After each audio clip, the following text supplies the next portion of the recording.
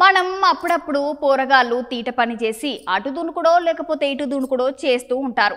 అట్లా చేసి బిందెల తలకాయ పెట్టుడో తలుపు డోర్ల సందులా ఏలు పెట్టుడో చూస్తూ ఉంటాం. ఇక్కడ సుత పెట్టింది కానీ పోరగాడు కాదుల్లా పెద్ద పులు పెట్టిందుల్లా. నమ్మట్లేరా? అయితే మీరే చూడుండ్రి.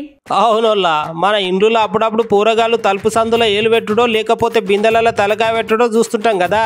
కానీ ఇక్కడ సుత అచ్చు గదే జరిగింది. కానీ పెట్టింది పెద్దోళ్ళు కాదు, గట్లని పిల్లగాడు కాదోళ్ళ పెద్ద పులి.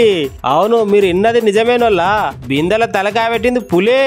అసలు ముచ్చట ఏం జరిగిందంటే మహారాష్ట్రలోని ధూలి అనే జిల్లాలో ఓ పులి ఊర్లోకి వచ్చి గిట్ల బిందెల తలకాయ పెట్టిందంట. అది గయంతగా బిందెలనే ఇరుక్కున్నదంట. అందులో నుండి తలకాయ తీస్తానికి చాలా తిప్పలు పడ్డదంట పాపం. అట్లా దగ్గర 5 గంటలు తిప్పలు పడిందంట.